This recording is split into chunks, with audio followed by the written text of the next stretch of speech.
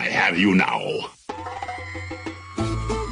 They want to mess with my droid. They're going to pay for it. This is the way. You may fire when ready. Blow that piece of junk out of the sky! The way you're fighting, you wouldn't have lasted long. Hello there. The ability to speak does not make you intelligent. Doesn't feel the same as what we were saying around season 2, where there were these really high peaks and then these, pretty low lows on a couple episodes. This one is not as low as some of the season 2 episodes have gotten, but it has not really gripped me, and it's kind of been dragging. And so we're going to talk about that. We're going to talk about the highlights and the lowlights of this episode.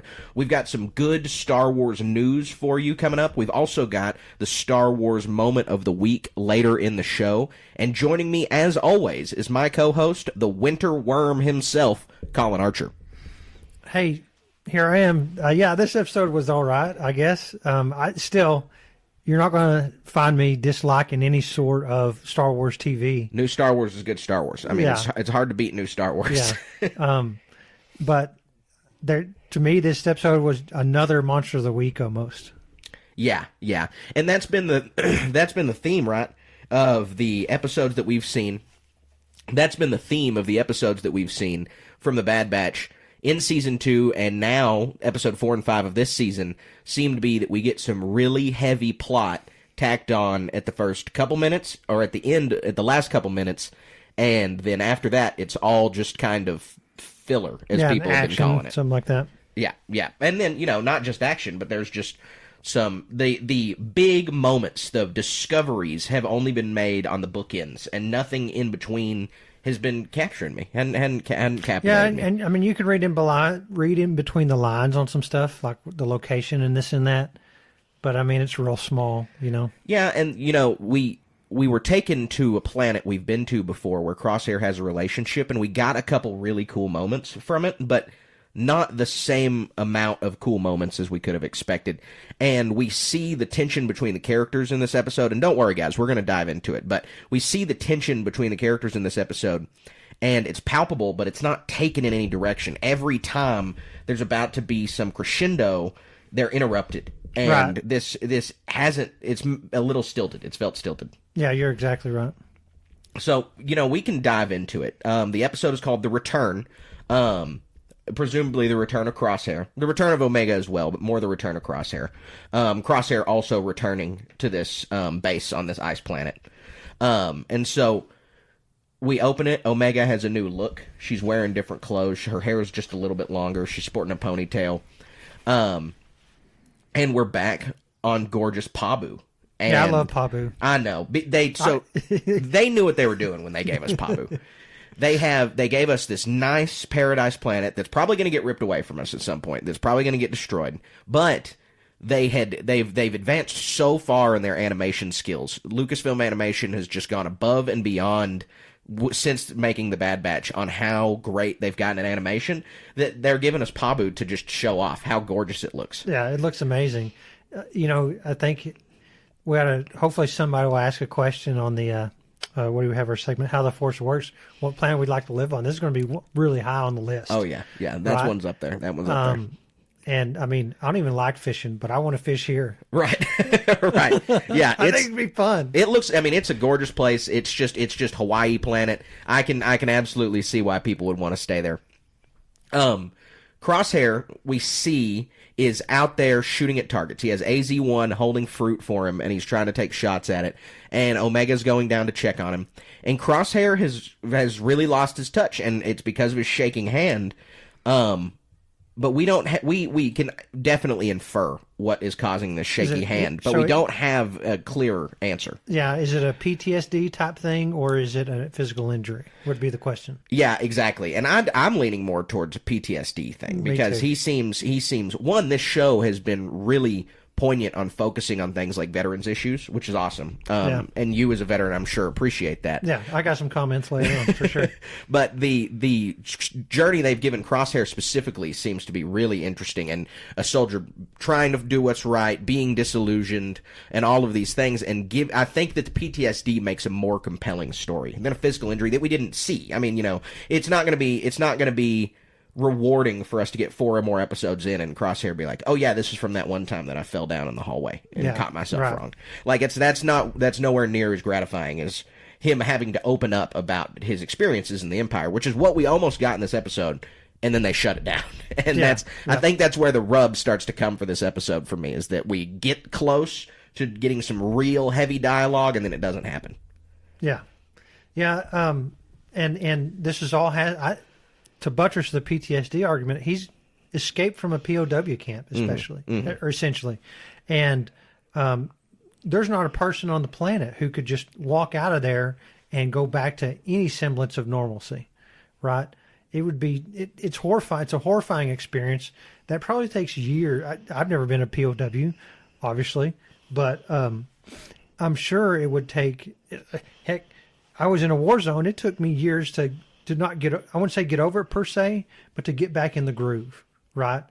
And it there's just a lot going on here that we're not going to solve in a kid's cartoon. Right.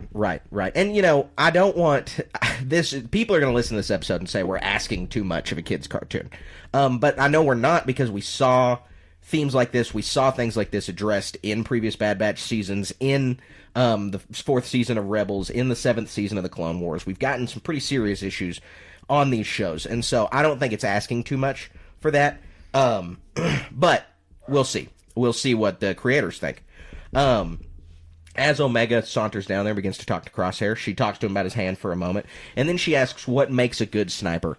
And we already had Omega kind of adopt tech stuff, tech piloting, tech skills. She's adopted some of Wrecker's bomb defusing skills, bomb making skills.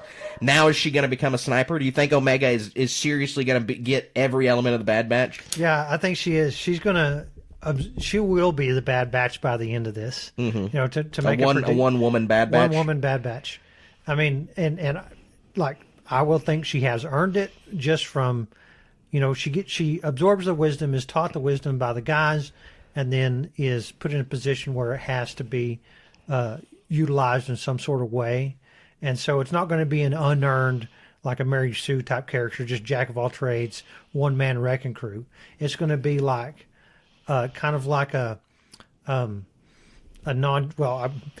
maybe not since last episode, but some sort of like Ahsoka type character that's not like a clone Ahsoka. I don't even know. There's not a good analogy I can think of that's expressed to this, but like in the context of the show, it's not like she's just, oh, I can do this now and I can do this now. She goes up to her mentors and and pries this knowledge out of them and learns it and does it and becomes that, right? Mm-hmm. I mean, it's truncated in the context of a kid's cartoon, but she asked him, so what else is there besides a good scope?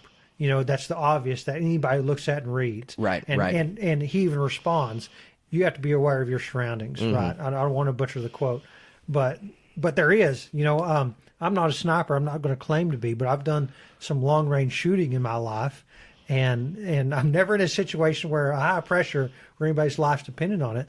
But it takes a lot of effort to shoot really far. Right. And get that accuracy. I mean, it absolutely is an important skill.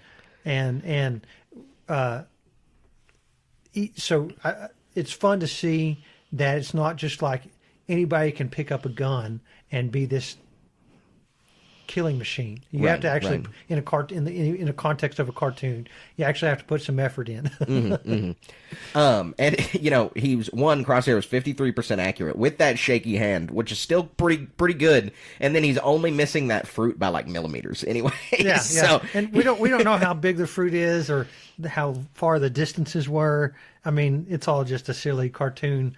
But he gets one between the fruit and AZ's head, so we know at least the length of AZ's arm is the precision that he has. Yeah. If you're talking long range, that precision really, really matters. Yeah. And so I'm sure it's tearing him up inside that he is not capable of what he was once before. Right. So if we think that Omega is going to become a one-woman Bad Batch, which I do think. Do you think that they're gonna cut off her hand and give her a scomp link to make her Echo? What makes Echo special other than being half a robot? No. So here's the thing. To answer this question kind of literally, it's going to be her M count where she doesn't need that. I mean, and I already say it exists. I was kind of thinking this, it's almost too silly to even bring up, but she has this intuitiveness about her that, like, she can look at things and understand them. Yeah. Like obviously she's used blasters and this, but here's Crosshair and, oh, what else does it take besides a scope? Right. You know, there's some intuitive. She has the inquisitiveness of a kid, like normal, a real-life kid, and then she has the intuition of, like, a seasoned soldier somehow. Exactly. Yeah, you put it exactly right. I thought that the interaction we get from her and Crosshair immediately after this, because then Crosshair, in his describing you need to know your surroundings, says you need to know if you have eyes on you. And he sees Hunter and Wrecker watching him, and he goes, "They don't trust me." Dude, what do you mean? Of course they don't trust you, man. You betrayed them and tried to kill him multiple times. He's lucky that they just let him come back. I mean, they didn't shoot him on the spot. Yeah, I mean, it's such a huge deal in how big trust is. And here's a member of their crew that has been long lost and lost in a very controversial way. And, you know, from their point of view, from Hunter and Wrecker's point of view, he joined the enemy. Yeah, absolutely. And now he's back asking for forgiveness, or not even that yet at this point, but it's a very tough emotional.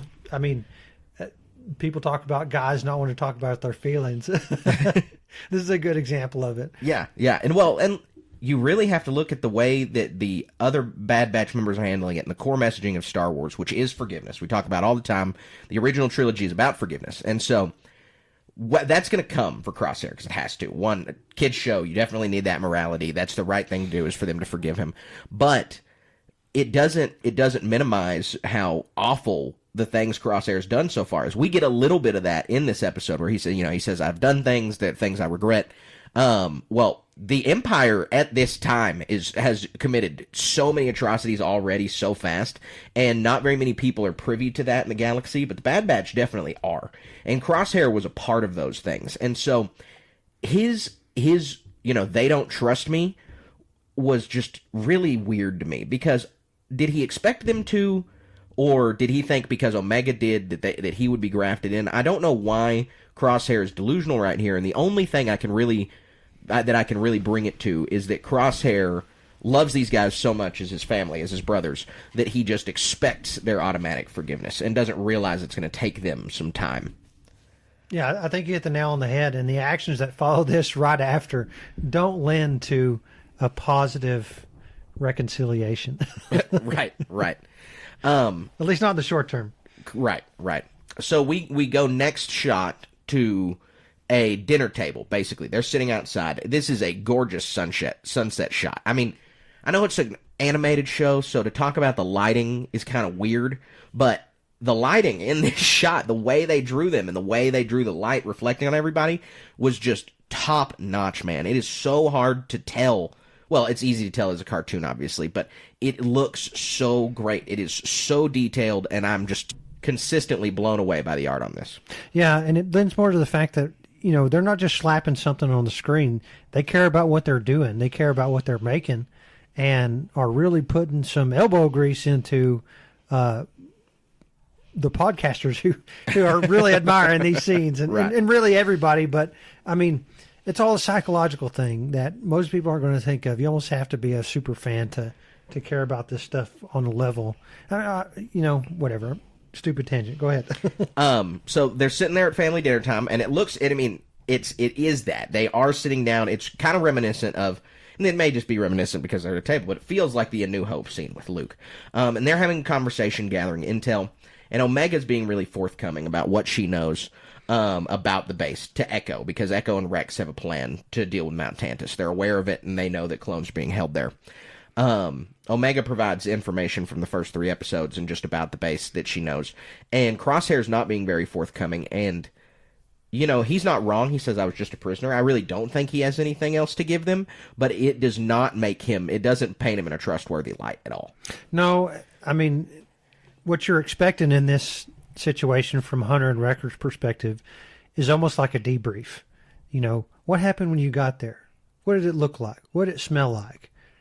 Where you spend this hours and hours and hours going through every minor detail, because in that, and I don't know anything about intelligence. I'm kind of winging it, but I assume that's what those things are like. Mm-hmm. But when you have analysts look at all this information, you have a piece of information on this side and a piece of information on this side, and when they're combined, they make something significant. Mm-hmm. And it takes, and this isn't a fault of anybody. It takes an incredible amount of effort and mind power to even conceive of some things. Asking somebody about their deep stuff about their profession, it's going to be speaking a different language, right? So, analyzing this intel, and then it just, when he's not being forthcoming with this information, it's more received that he's building a barrier than wanting to integrate back in with this group. Yeah, absolutely. That's the way it feels. Omega has also provided them with a data pad from Nala Se. They can't get it on, and so now we have our reason for a mission where they need to find an Imperial facility. Plug this thing into. Right. And I think one bit of information is, and I don't understand, is they don't know where Tantus is. Right. They don't know what planet it is on. I forget. It's on Wayland. On planet Wayland, but they flew from there.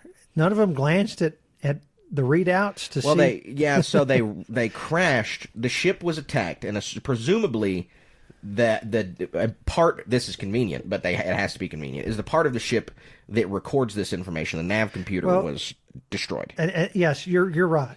But this is where the debrief issue comes in. It's like, okay, what planet did you crash on? Lao. How long from when you left to when it is? Okay, so we know this Lao. Then it's a basic triangulation, like Pythagoras you have theorem. Lao, and then you have all of the planets outside of it. That narrows it down by quite a bit. Yeah. And I'm sure that's whatever. We're overthinking this thing. I don't know. Maybe we found a hole. Whatever. So we then have Crosshair present the idea that he has a base to go to. I didn't put two and two together that he was talking about the place that they go to. I didn't realize that when he was talking about that. Yeah, when he was saying that, I was like, okay, we're going to go to another random planet. I did. I thought it was pretty cool. I almost want to go back and watch that episode again. That was a real impactful episode to me. Oh, it was. It was one of the best episodes of the show, of the entire series. Yeah. So Omega. So they're packing up, ready to go, and Omega has this short little dialogue interaction where she tells the Batcher that she's older than him. And yeah, that was strange. I didn't realize that. I think, is that the first time we've gotten this information that she is older than them? Well, I mean, if she's 13 and they're 6? We don't know. I mean, look, we probably do know, but I don't know. I don't know what you. I know. So she would have been, if she was born the same time as Boba Fett, then she would have been 13. Yeah, she's 13 or 14. Well, I mean, does she know Boba Fett? I mean, are they friends? Do they go to nursery school together? Well, that's the thing, right? Where they both to get born at the same time, and he's the Alpha clone, she's the Omega clone. Omega implies last one, but we know that wasn't true. They were growing clones all the way up until the end of the war, and so when she came along, there's no clear indication so far, and all we know is she's older than the Batch, and I think the Batch was born in the middle of all of the clones. I don't know when they were born. I mean, being that they're Clone Force 99, and what do they call them? What's their name? They're irregular clones, right? So they're like mutations almost, in a sense, and a striation across millions of clones, you're going to have some sort of mutations. Yeah, and they're genetically or altered. genetic anomalies, right? Mm-hmm. They didn't fit the mold exactly of what the normal clones were, and so the Kaminoans, they're not just, and that also says if you have these successful genetic anomalies, what were the unsuccessful genetic anomalies? Have you ever seen the Alien Resurrection film where they're trying to clone Ripley? I have not. And so they cloned the big corporations trying to clone Ripley. The Wayland Yutani Corporation? Yeah. And well, it could be. It's been a long time since I've seen it. And at one point they walk into this lab and there's all these failed clones, and it's basically like hideous mutations of like weird aberrations and stuff like that. Extra limbs or some sort of encephaly with giant eyes and all this other stuff. So I wonder where the unsuccessful clone deviations. Well, we know where we know where 99 himself was. He was a janitor. He served. Oh, yeah, he did right. his part on Camino. Can't forget 99. So the next question I had about this episode was, we're all loading up, getting ready to leave. When Echo came and was just Echo at family dinner, I didn't really question where Rex was. But now, did we get an explanation for where Rex is other than just not here? None whatsoever. Yeah, I thought that was odd. No. I thought that was weird. Because his name came up multiple times, obviously, as it would. But no information on where he is at all. I'm a big fan of Echo's ship. Did you look at the ship? Did you get a good look at it? I noticed it was bigger than a lot of the other ones. I didn't really look that close. It looked, and this isn't, I didn't go and look at the sketches, but it looked like what I remember some of the old original Ralph McQuarrie Millennium Falcon sketches looked like when they still had the cockpit in the middle of the ship. Okay. It looked really cool. It looked like a YT freighter. Yeah, it did. So we arrive on this ice planet base where Crosshair was stationed, and they give him his armor back, which is really cool. We see him in his old armor, but he definitely needs to get a paint job. He needs to match the rest of the crew now because he's in his old Bad Batch armor. But they go into the base to begin this work, and they plug everything in, they get to work, and it just, things are going smooth, so something has to go wrong. And a sensor goes down outside the base. And just a little cutscene, you're just supposed to notice that this happens.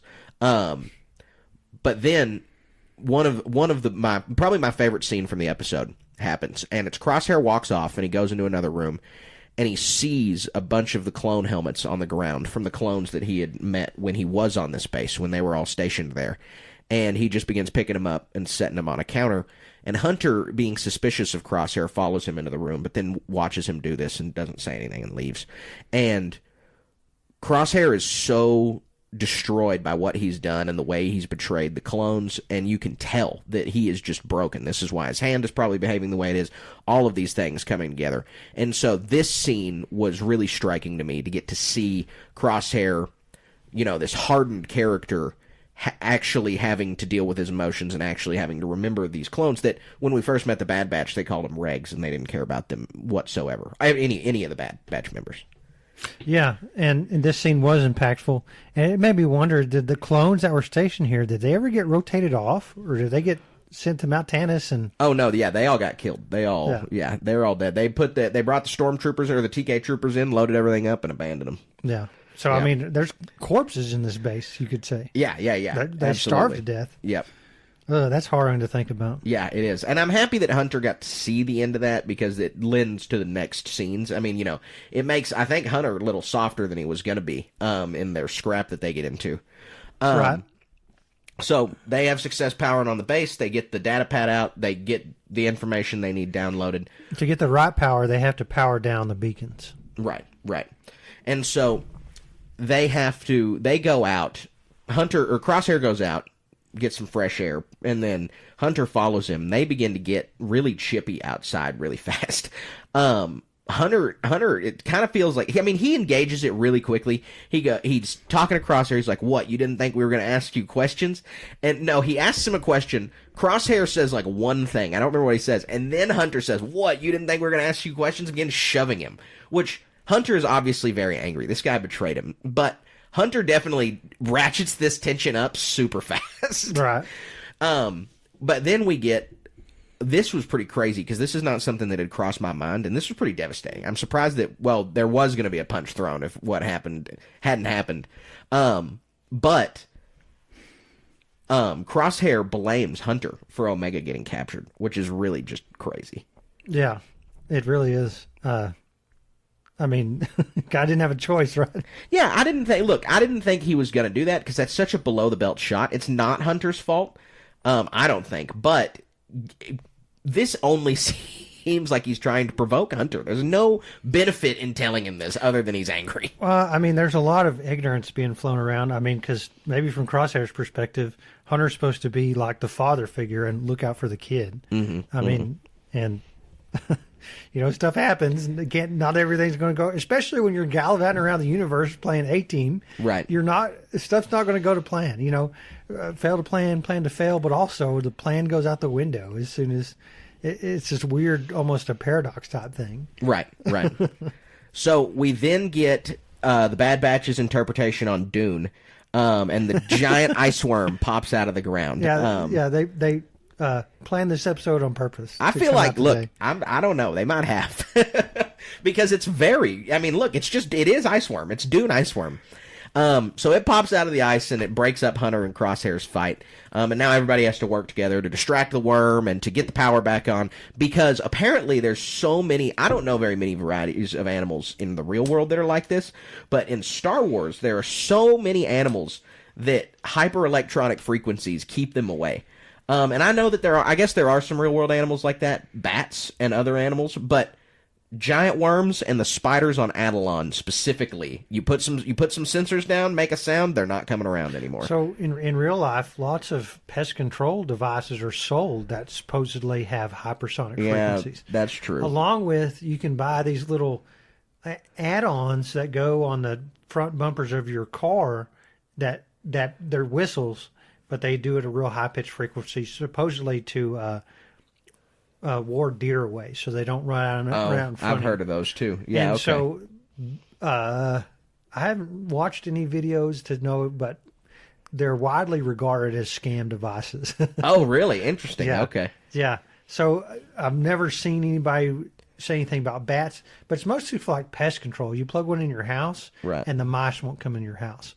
Well, but they still will. Yeah. No, I've had one in my house, and almost a mouse was sitting on it. Right. I live out in a rural area, and in the wintertime, the mice find it's warm not spots. possible to not get mice. Yeah, you just have to keep your traps. Yeah. Well, you just have to... or have a cat. You guys should get a cat. Yeah. Yeah. You got to have a cat. I'll gift you a cat. No, thank you. I'll gift you a cat. Like a loaf cat. What's Sabine's cat's name? Merle? I'll name it Merle, and then I'll give it to you. So the sensors come back online. They ward off the worm. The worm goes away. I think another gripe of mine on the episode is that the action is a little long, and it's this big chunk, and nothing happens other than the worm goes away. And we knew the worm was going to go away. There's a couple little things, like Crosshair was having trouble shooting it, and he finally got to a spot and hit it. But it shows, That's true. It shows another little thing. And, it's at first... In the first of the episode, they wanted Wrecker and Omega to stay behind so they could go to this base, because Hunter was real nervous. We just got you back. We don't want to have... And, of course, Omega's going to get her way, right? That's fun. And it wouldn't be a fun show with, I'm just on Pabu fishing, having a good time. But they need her there for her expertise, really. And so figuring this whole worm thing out... we see Crosshair's hand have an issue. And so the point is like it's the coming togetherness of this team. There's a stressful moment, right, where they're going to it's going to be easier for them to reconcile. Right. Yeah, and you're right about that. I'd like to see all of their strengths come into play in a big way in something and kind of do that reconciliation, maybe in the next episode. Right. So they're about to leave the planet, and Crosshair and Hunter have an exchange about regrets. And Crosshair admits to Hunter, that he thought that he was doing the right thing by joining the Empire, and that he's done some really terrible things. And Hunter tells him he has regrets too, and it's just this tense exchange, but one of the first signs in the softening of their relationship. Yeah, and so, this is like a breadcrumb down a path, kind of, if you ask me, in a sense of what you just said, a softening of these tensions. And there's a lot of this, did we ever have like a true memorial or something for Tech's character? I mean, he's just there one day and gone the next, and in passive mentions, and then on the internet in real life conspiracy theories. But as far as the context of the characters, they haven't had like some sort of ad hoc burial or anything like this, of some memorial thing of like his trinket that is put out to sea or something like that. But what this means is like these relationships forged under extreme stress, that you have to put one foot in front of the other to accomplish a task. And when your enemy is the Empire, by the time you stop to look back, Tex Passon is years behind you. Right. This confrontation of, oh, he betrayed me in the past. Well, we need his expertise to advance our efforts. And so it's a lot easier to look behind, to forgive the transgression. Well, it's a lot, the Bad Batch has some pretty dark tones sometimes, but it's very similar to Andor in some ways, where it's the lens that has been taken with the rebellion in the past couple of years is much more of a real world revolution, where it's for the cause and things like that. And so in those kind of situations, to your point, it's where you have to make those reconcilable differences count, and especially between family, like these guys are, where there's just no room for error there. And so I think that's a very prescient point. The last part of the episode is Crosshair just looking off into the distance and seeing a condor flying overhead. Again, it happened already on this same planet. First time it was circling him, and this time it was flying away. And so that's always a sign for dead things. They only circle around dead things. And so essentially this is saying Crosshair has been reborn. This is like he died, he went to prison, he was dead to rights. And now he's been reunited with his family. He has a cause. This is a resurrection story. It really is, for Crosshair specifically. Yeah. And the birds being in this, that permeates real life so much. And just the symbology of it is really, really cool. Yep. Star Wars especially. It goes across every show almost. I agree. So this episode had its high points. It definitely did, and it had some cool symbolism, but it just didn't tie everything together for me. Well, I don't think it's a legitimate criticism, but as like a devil's advocate, we need some major plot point. We got a good one with Project Necromancer. We need another. We took a bite of the big steak. Now we're having the sides, and we need another bite of the big steak again. Right. We just need the batch themselves to be moving in a direction. It just feels like the Empire is the plot driver here. Like, it feels like I'm coming to watch this every week to see what's happening with the Empire, and I want to see what's happening with both. I want both to be what draws me in every week. Right. So that wraps up the meat of this episode. Wraps up the coverage for the return. But now we've got a lot more show for you. We're going to head over to our How the Force Works segment. All right, so our How the Force Works question is a question submitted by a Patreon subscriber of ours. We answer here live on the show. And this week's question, Colin, comes from Tristan, and the question is, what is the underworld job that you would have in the Star Wars universe? So, gosh, the easiest low-hanging fruit of this is just being a smuggler, right? But That's not how the Force works. I don't know if that's just too easy of an answer, if you ask me.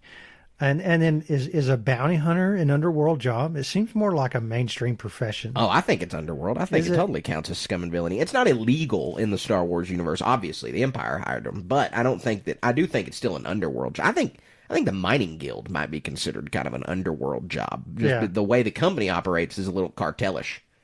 Yeah, this one's real hard for me to conceptualize because in so many cases, like if you're a smuggler, I only want to smuggle like spice or something like that. Well, like dealing drugs, no thanks. Right. But then, that's one thing. You can't. There's going to be a demand for that stuff, whatever. But what if the thug you're working for one day? Oh, here's this thing of slaves. I need you to take this over here. Again, it's hard for me to conceptualize some sort of underworld job. I'd want to be like an information broker. Mm-hmm. I think that's what I would do. There's a really good one of those. You're going to know who I'm talking about. He's a Given is the name of the species, I think. Is it one that looks like a skull or something like that? And he's in the Vader comic. Yeah. He's a really good one. I don't remember what that guy's name is though. But so like that guy. Yeah, exactly right. And as vast as the galaxy is, and as important as information is to certain players and stuff, it seems to me like the Ante was that guy's name. Yeah, the Ante. It seems to me like this is your market is extremely massive. You got the Empire who needs all their stuff, the ISB, right? Mm-hmm. You've got your rogue archaeologist running around. She wants her stuff. Right. You got your Sith Lords. They want their stuff.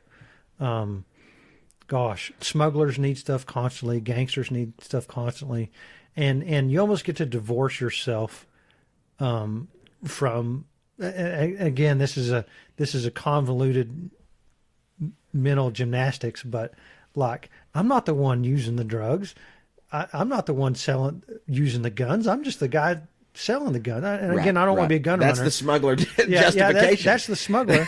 I'm not the one doing that stuff. And so again, mental gymnastics and stuff. I'm just passing on this information. Whatever they use with it is their business. Da, da, da. Right. And so that information thing seems like to me one of the least things. Right? Seems so dangerous to me, though. That one seems super dangerous because, like you said, you're dealing with Sith Lords, you're dealing with Jabba the Hutt. Like you were dealing with the most high-profile people directly, and all you've got are secrets in your noggin. Like, from the Bane books, the Sith books, and all that stuff, he had the whole network of spies and this and that. So I don't disagree with you. You're 100% right. But you could finagle this thing to where you work through intermediaries. Sure, totally. Sure. You could do that. My answer, my knee-jerk reaction was gambler, but you have to be good at that. And that's one that if you're bad at it, you're not one for very long. And so, I don't know how good I would be at that. So I don't know if that one is it. A slicer is probably where I landed. That one seemed very safe. That one seemed, high probability you're going to get arrested, but pretty low probability you're going to get killed, I think. Yeah. And probably the same amount of probability you're going to get arrested as smuggler or, any other illegal profession. Seems like the risk on the arresting is the same, and the risk on death is a lot lower than some of the others. So if we're considering this in the context of the Star Wars universe, how adjacent is this to the Rebellion? They need slashers. Oh, yeah. The Rebellion use criminals all the time. You don't have to be doing the most immoral things. Yeah, absolutely. And so if your cause is just, it doesn't matter what you do. I mean, I still don't know how that is not true. The ends do not justify the means. In a lot of this stuff, when you're talking about slicing and information broken, if you're talking about slaving and drugs and stuff. Right. But like the U.S. government employs hackers. The Jedi use slicers. Like there are positive outcomes in these professions. In a lot of this is called white hat, right, as opposed to black hat or something like that. Right, spy versus spy reference. Yeah, kind of, but it's reality too. There's the white hat hackers are the ones who work for the government doing this and that. Right. The black hats are the one with the ransomware. Yeah. So, okay, cool. Well, we appreciate the question, Tristan. We appreciate everybody's questions. So continue sending those, and you can become a Patreon subscriber by going to patreon.com/Star Wars Station. So we've now got a pretty good HoloNet news segment for you guys. We've got a lot of interesting news to talk about, and so here we are right now with the HoloNet news.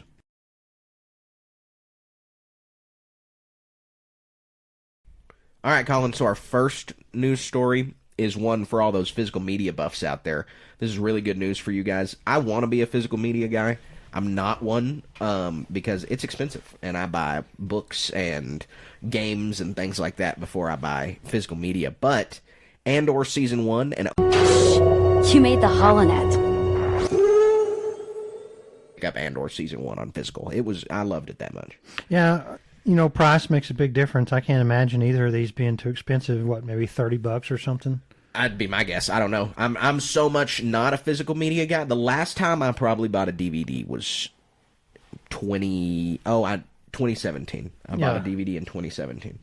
Yeah, for whatever reason, my wife buys the Disney stuff. Whatever, I don't understand it. Because you just go on Disney Plus and watch it. So answer that question. Why would you want a physical media and just go online and watch these things? I have the perfect answer. It's because these companies like Disney or anybody else can just take down whatever they want anytime they want. And so they did that with Willow. If you're I didn't watch Willow. I'm not defending Willow because I heard it was pretty bad. But if you're a big Willow fan or you're an actor who worked on that, it's gone. There's no way to access that. There's no way to show your children. There's nothing. And so if you're worried about physical media or about digital media ever coming down, or your Wi-Fi goes down for a whole week and you want to watch something, you got to have physical media. Yeah, and that was going to be my answer too. Oh, okay. Yeah. Well, you're playing devil's advocate. I thought you were being... No, that's a question is all.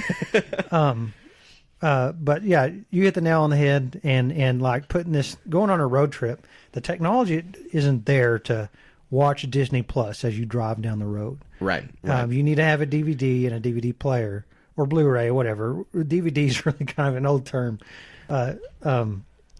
And so you got to have these players to watch these things. And I think the more important reason, just to echo what you said, not only might Disney pull these things down for whatever reason, but streaming is in its infancy. It's only been around a few years. It could just not exist one day.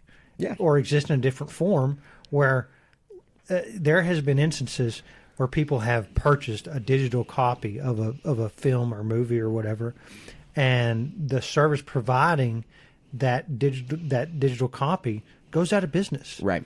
And so you don't own that digital copy at all. And as long as they keep making Blu-ray players, you'll be able to watch these discs. Right. I think over hundreds of years, they'll deteriorate into nothingness, just like anything else. Sure. But, yeah. But what do you care in hundreds of years? I don't think Star Wars is coming off of streaming anytime soon. I'm not some kind of conspiracy theorist, but I understand the reason that you would want physical media.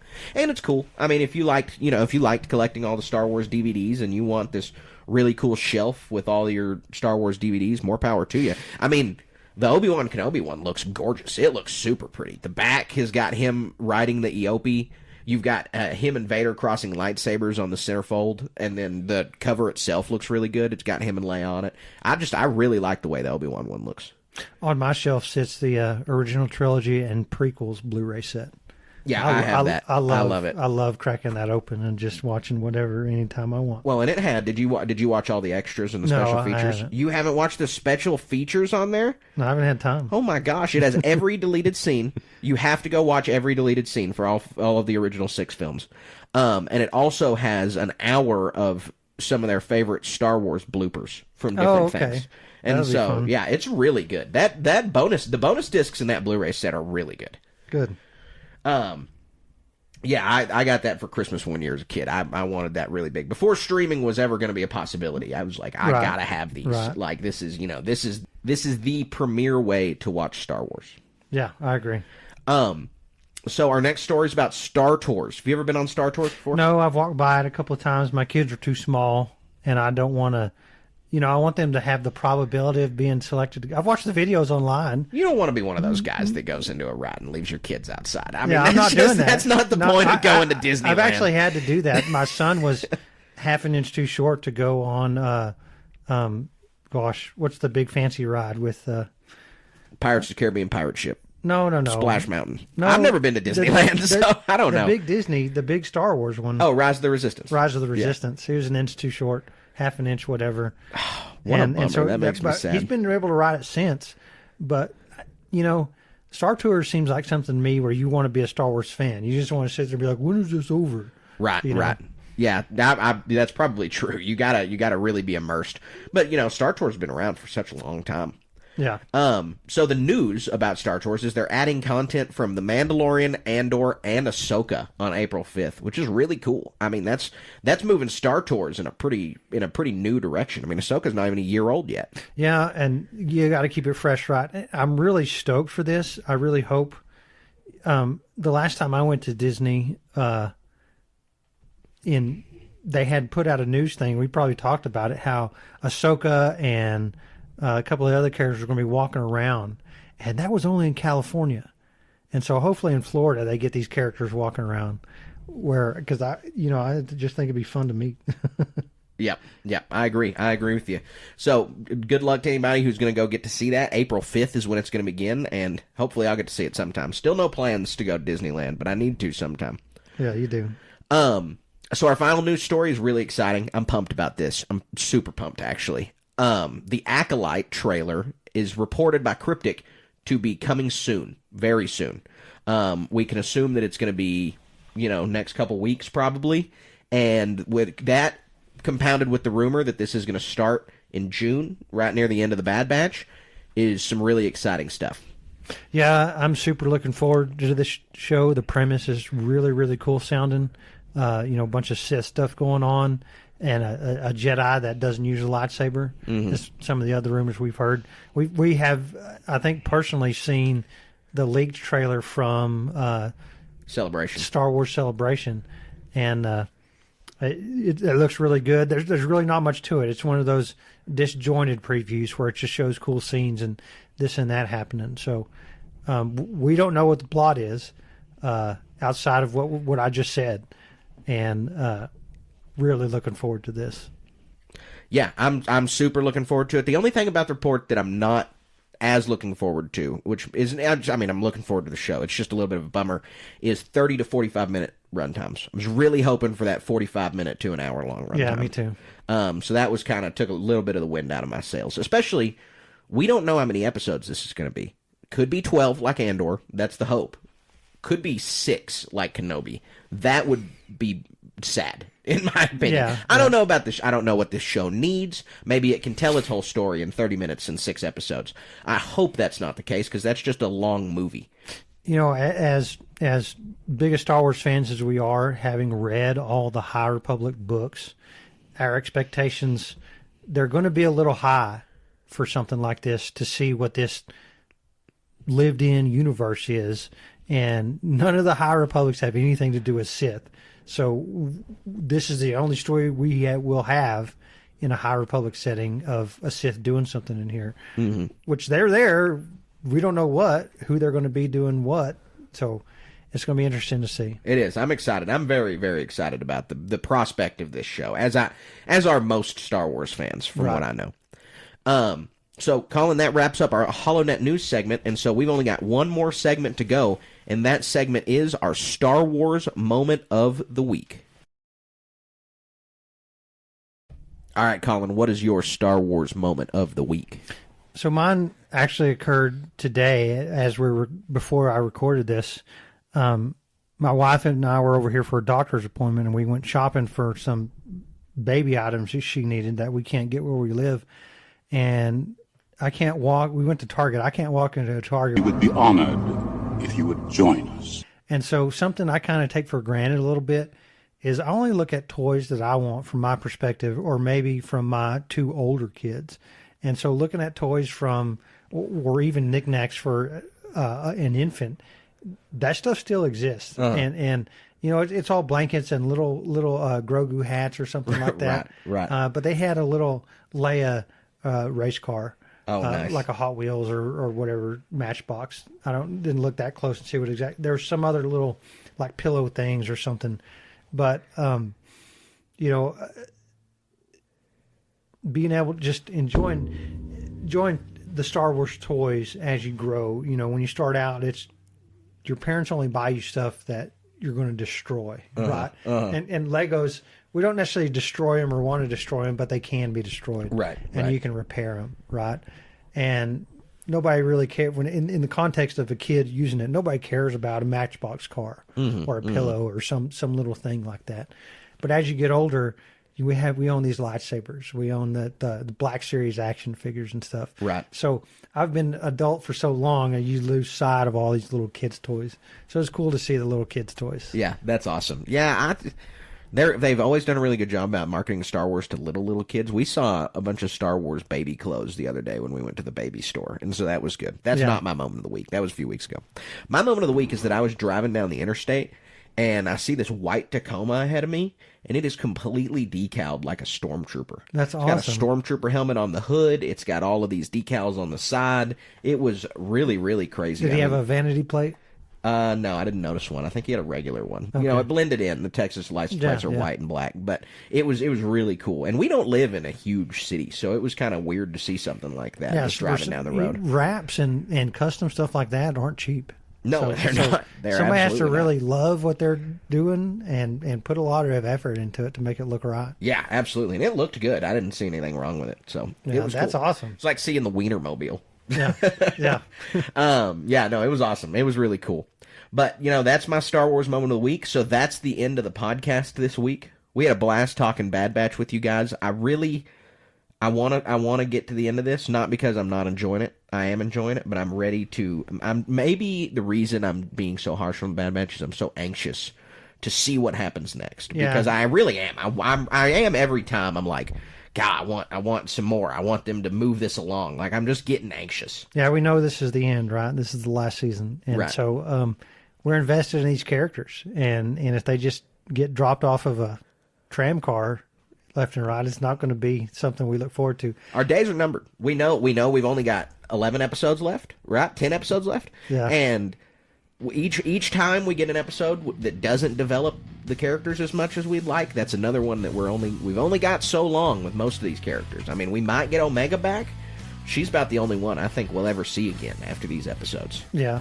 What I really like about this and why you need to tell your friends to listen to this podcast is I think we're able to look at some small little thing like a twitch in the hand and this and that, something that in the span of a 20-minute kid show, there's really some profound depth here that needs to be talked about. Right. Yep. No, this show deserves some analysis for sure. But that being said, guys, we appreciate your support. We appreciate you listening to this podcast. You listening all the way through means a ton to us. And so if you have done that, please go and subscribe to our channel on YouTube. Like us on YouTube. You can leave a 5-star review on Apple, on Spotify. Those reviews help us a ton. They help us with the algorithm. They help us get more and more listeners. We appreciate every single one that you guys give us. You guys can follow us on Instagram at StarWars.station. You can follow us on Twitter at SW_station. We're on Twitch at twitch.tv/stationmedia. We've got a website, StarWarsStationPodcast.com, a Patreon, patreon.com/StarWarsStation. You can find us all over the place. Yeah, we got it all. On one of those links, you can click through the Discord and have a chat with us on there. Yeah, absolutely. Ping us. We're there. We'll talk anytime. Yep, find us on Facebook, Star Wars Station, and you can find us at the Star Wars Station Cantina as well on Facebook. Yeah, lots of fun out there. Yeah, we're having a blast, guys. We love talking to you about this. We love talking Star Wars. We've got plenty more Bad Batch on the way, and then we're going to get right into the Acolyte. It's a good year. We're going to have a lot to talk about. And coming up very, very soon is our next book review. Star Wars The Living Force comes out this month. And so we're going to be talking about that sometime really soon. And we can't wait to talk about that book with you guys. But until next time, until next week, all you got to do is one thing, and that one thing is stay wizard on the way. And then we're going to get right into the Acolyte. It's a good year. We're going to have a lot to talk about. And coming up very, very soon is our next book review. Star Wars The Living Force comes out this month. And so we're going to be talking about that sometime really soon. And we can't wait to talk about that book with you guys. But until next time, until next week, all you got to do is one thing, and that one thing is stay wizard.